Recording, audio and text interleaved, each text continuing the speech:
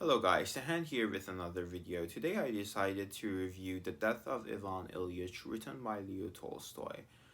For this review, I'm not gonna provide you with any extra facts about biography of Leo Tolstoy himself because let's face it, if you know Leo by now, then kudos to you. If you don't, it doesn't really matter if you start getting to know him or not.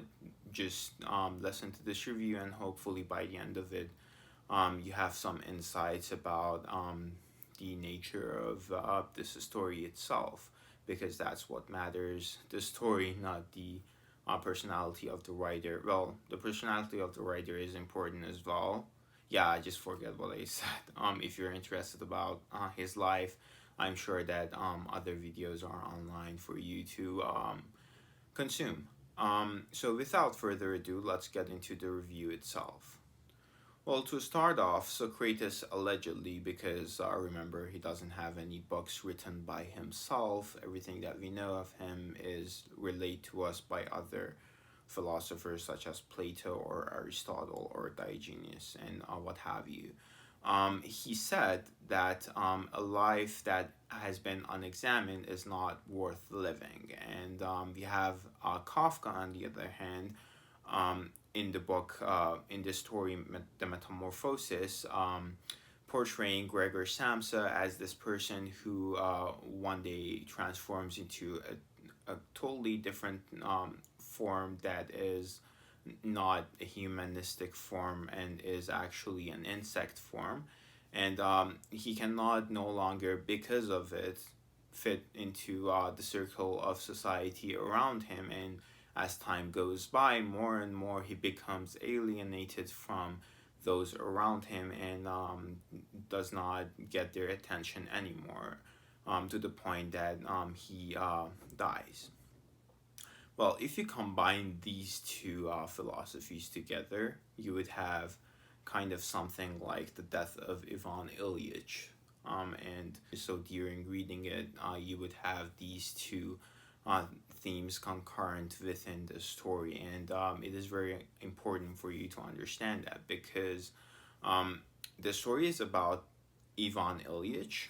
The opening scene of the book shows a round of his colleagues reading a newspaper that informing them that Ivan has just recently passed away, and they are discussing now what they're discussing about their future, not the fact that Ivan has died. And this very first scene portrays to the reader that life around a person who has recently passed away can be easily sucked in by personal motives that each and every one of the people surrounding that person who has recently passed away can be benefiting from.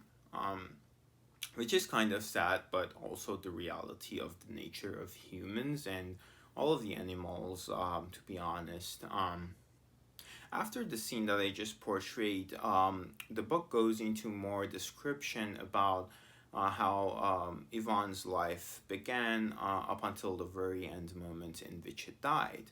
And what Leo is doing during the length of these 70 to 60 pages is really a dissection of Ivan's thoughts and mindset before and after, when he found out that he was plagued with a terminal illness. And it is very interesting when you are reading through this book, because before he found out that he was ill, he was an aspiring and ambitious young law student graduate who has just started to work in workforce, and he was aspiring to be better than his father. But the theme of the story starts to change as Ivan marries Praskovia, and as he starts to have children, and he loses some of his children due to the complications that diseases created for families. I'm not going to get into those because the book doesn't itself either. Um, due to these all various complications, he is not able to keep himself together because he gradually feels more and more dissociated from the round and from the circle of his friends and acquaintances, which are mostly people from high society and people who are his colleagues mostly. He plays games of cards with them. He places bets. He is good at whatever he starts in, be it dancing, playing cards, being the best at his job, or trying to get the next best thing for his house to leave others baffled at his prosperity.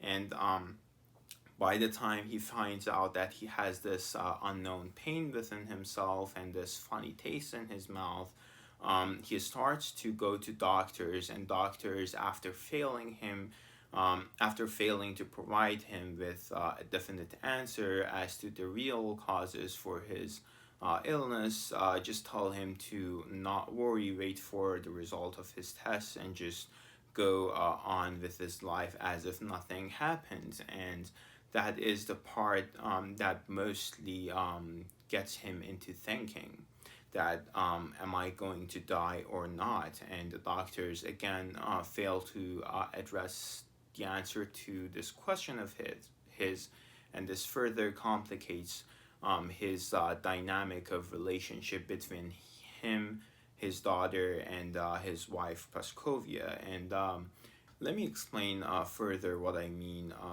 when I say that the dynamics of relationships between Ivan and Praskovia and his little daughter changes. What I mean is that, well, he did not realize what the extremity of death is. He did not grasp the idea of death itself. He knew what death is. He knew that by it, one's life would end, but he did not realize how hard it would be on the person undergoing the process of death. He thought of his life as being ending. He thought of his past and how he used to read about important people such as Caesar, and how people thought of him as an immortal being, as this infallible human that was not going to die because of his extreme power and control that he had over his dominion and his people. But then again, he died, and people started to realize that, oh, he's just a mere human being and he's just immortal, and um, why were we thinking otherwise about him?